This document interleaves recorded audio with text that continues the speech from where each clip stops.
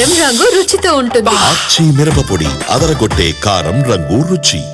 తుంగతుర్తి సభలో బీఆర్ఎస్ నేతలపై సీఎం రేవంత్ విరుచుకుపడ్డారు. కేసీఆర్ కట్టిన కాళేశ్వరం 3 ఏళ్లలో కూలేశ్వరం అయిందని విమర్శలు గుప్పించారు.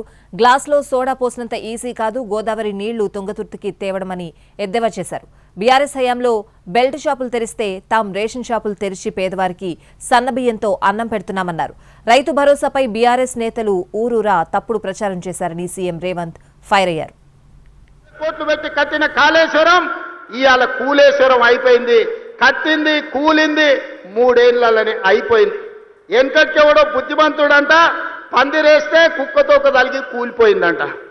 చంద్రశేఖరరావు కట్టిన కాళేశ్వరం 3 ఏళ్లలో కూలేశ్వరం అయింది. నేను అడుగుతున్న ఇవాళ ఈడికి వచ్చిన వాళ్ళని ఇంజనీర్లను తెలంగాణ మేధావులను ఆలోచన చేయండి.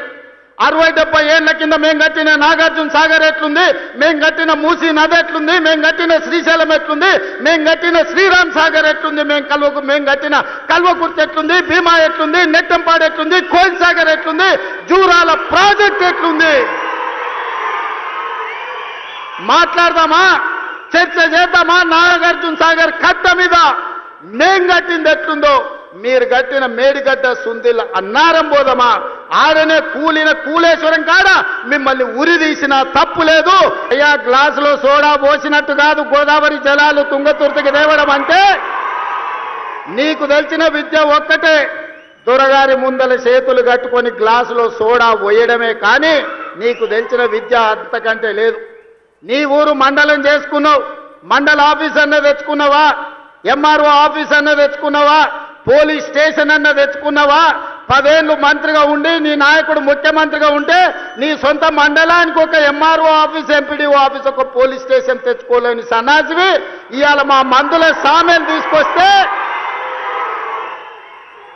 సిగ్గుతో తల వంచుకోవాల్సింది పోయి ముఖ్యమంత్రిని ప్రభుత్వ కార్యక్రమాన్ని అడ్డుకుంటానని ఆయన ప్రగల్భాలు పలుకుతుండు. ఏది ఒక్కసారి అడ్డుకొని చూడు. మా తుంగతుర్తి నియోజకవర్గంలో కాంగ్రెస్ పార్టీ కార్యకర్తలు చూసుకుంటారు. ఇవాళ 10 ఏళ్లలో మీరు ఇవ్వని రేషన్ కార్డు, లక్షల కొద్ది రేషన్ కార్డు మేము ఇస్తున్నాం. కోట్ల మందికి 3,10,00,000 మందికి ఇవాళ సన్న బియ్యం ఇస్తే రేషన్ షాపుల దగ్గర పెద్ద పెద్ద బార్లు తీరిన లైన్లు ఉంటే ఇవాళ ఆయన అంటున్నాడు రేషన్ షాపుల కాడ బార్లు తీరినరని. మీరు గ్రామాలలో రేషన్ షాపులు ఎన్నడూ తెరవలే, బెల్ట్ షాపులు మీరు తెరిచిండ్రు. 10 ఏళ్ల తర్వాత రేషన్ షాపులు తెరిచి సన్న బియ్యం ఇస్తుంటే ప్రతి పేదవాడు పెద్దవాడు రేషన్ షాపులో సన్న బియ్యం తీసుకోవాలని లైన్లో నిలబడి ఇవాళ లక్షలాది మంది కోట్లాది మంది సన్న బియ్యం తీసుకొని బుక్కెడు బువ్వ తింటుంటే మీ కళ్ళల్లో నిప్పులు పోసుకుంటున్నారు. ఇది మీకు భావ్యమా అని నేను అడుగుతున్న వాళ్ళని. రైతు భరోసా ఇస్తలేరు. రైతు భరోసా రేవంత్ రెడ్డి ఎగ్గొడతాడు. రైతులను మోసం చేసిందని ఊరూరా వాళ్ళు ఒగల ఏడుపులు ఏడ్చిండ్రు. ఇంటింటికి పోయిరు, కడుపులో తలకాయ పెట్టిర్రు.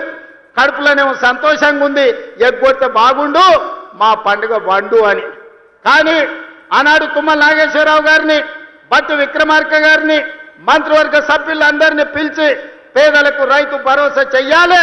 9 రోజుల్లో 9,000 కోట్లు, 1,49,00,000 మంది రైతులకు ఈ రోజు మన 1,49,00,000 ఎకరాలకు 70 లక్షల మంది రైతులకు 9,000 కోట్లు రైతు భరోసా ఖాతాలో 9 రోజుల్లో వేసి రైతుల కళ్ళల్లో సంతోషం చూసినాం.